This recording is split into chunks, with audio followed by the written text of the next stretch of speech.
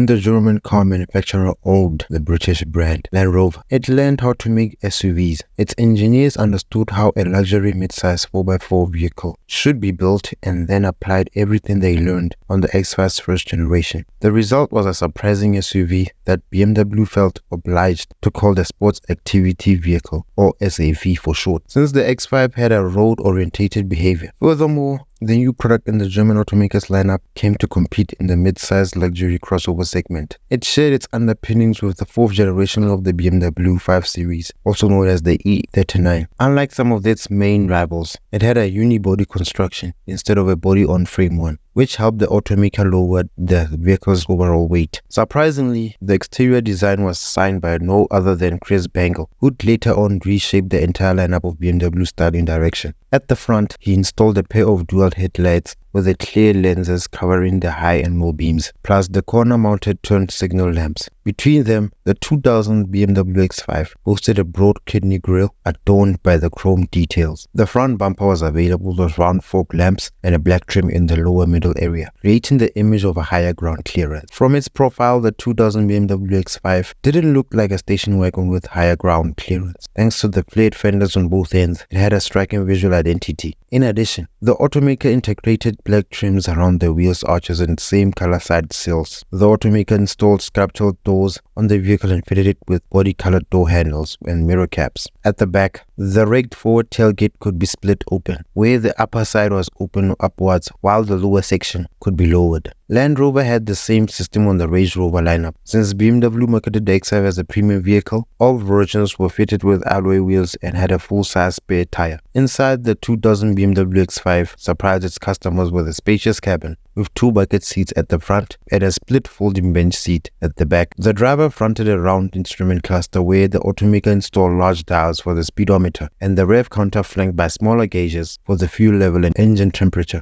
Below them, BMW placed a narrow display for additional data from the car's onboard computer. On the center stack, the X5 housed the HVAC control panel and the stereo, with an option for infotainment unit that included a navigation system. On the center console, the automaker placed the gear selector or the gear stick, depending on the option, and an armrest with storage compartment underneath it. In the back, there was plenty of room for 3 size adult occupants with an almost flat transmission tunnel on the body. Under its skin, the BMW X5 shared many parts with its 5 Series sibling. Up front, the automaker installed a choice of diesel and gasoline engines with 6 or 8 cylinders. All the oomph was sent in all corners via either a 5-speed manual or 5-speed automatic gearbox. Even though it was not available with an M version, it was available with a punchy 4.6-liter V8, which came with a revised suspension setting in the same package.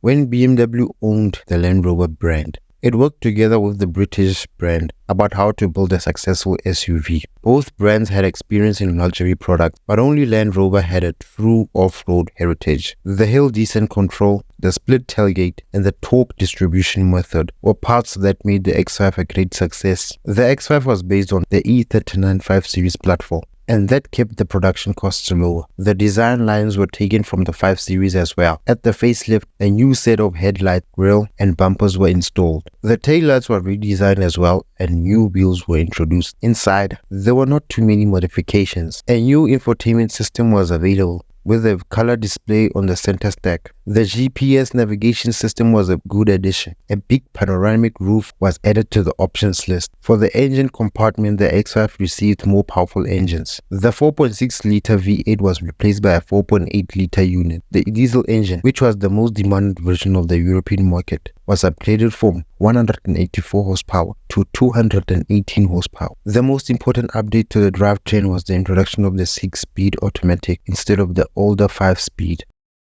While the first generation of the X5 was based on the BMW 5 Series E39, its successor came with a new platform. Apart from the height, all of the other measurements were increased. Thus, the second generation of the X5 became the first BMW to offer a 7-seat option in the German car maker lineup. The flame surfacing design concept imaged by Chris Bangle was at its peak when the X5 was introduced in 2007. With its big headlights and flowing lines, the German SUV didn't want to look streamlined but massive. The bulky grille and the BMW kidneys were more significant and the fenders were wider. The interior offered a room for 5 adult passengers, with an option for an extra extra row of seats in the back for another 2. The manufacturer installed an instrument cluster with 4 dials and a small screen for the onboard computer for the driver. As an option, the xDrive infotainment unit was offered in a few versions, the top one offering sat-nav and a premium sound system. Under the hood, BMW installed a choice of diesel and gasoline engines with 6 and 8 cylinders, providing a power output ranging between 235 horsepower and 355 horsepower. All versions were offered with an all-wheel drive system.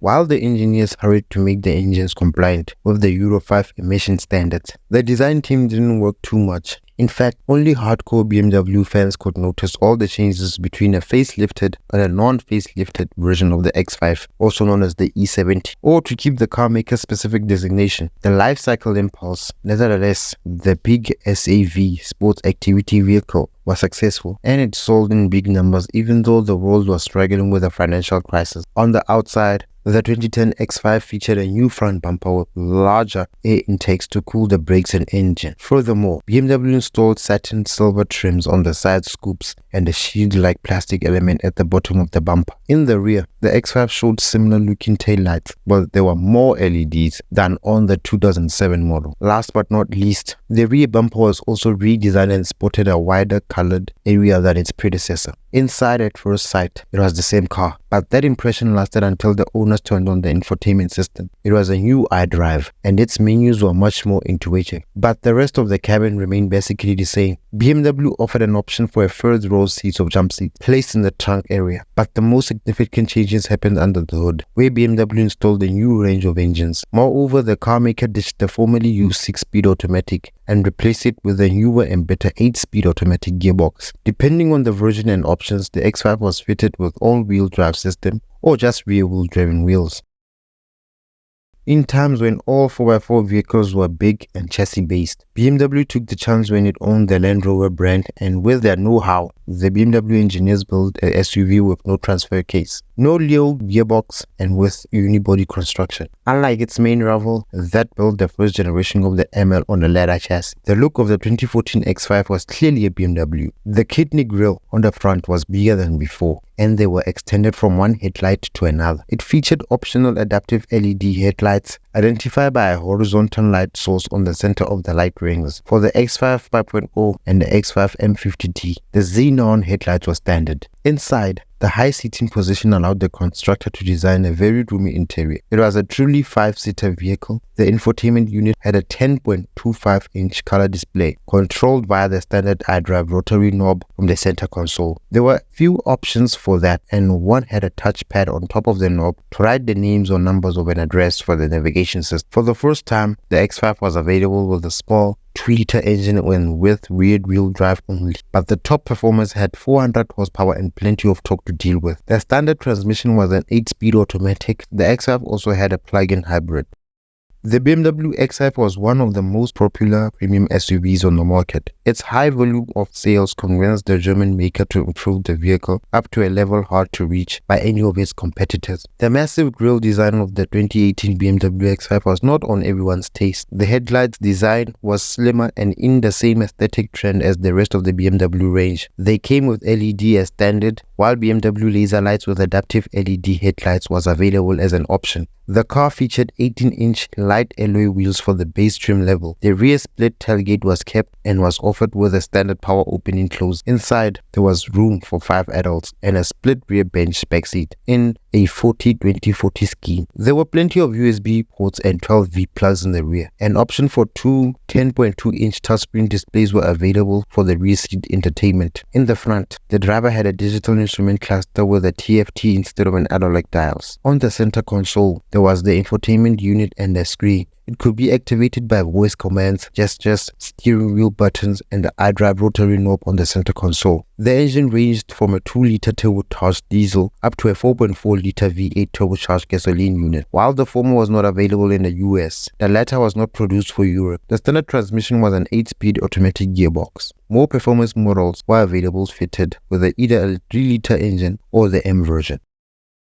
Ever since the model's introduction on the market back in 1999, the X5 enjoyed great success. Soon, it was the talk of the day, and every automotive gathering since was asking why BMW started to make SUVs. but the waiting lists for these vehicles were very high. The High Rider drove like a car, provided an MPV-like interior space, and was luxurious in many ways. But fast forward to 2023, the car was already at its 4th generation's first lift, and the sales were consistent, yet the automaker considered that it was time for a change. At the front, the headlights got slimmer and the V-shaped turn signals, daytime running lights, pointed outwards replaced the former hexagonal shape once featured in the 2020 model year. In addition, the front bumper was changed and a sportier lower U-shaped grille, flanked by slim and tall vertical air inlets that channeled the air to the size of the vehicle. At the back, the automaker installed new taillights, but it was the interior that went through a major upgrade. The instrument cluster consisted of a 12.3 digital panel and a 14.9 center display for the infotainment unit. Both were covered by the same curved piece of glass. In addition, the X5 also boasted the iDrive 8 operation system.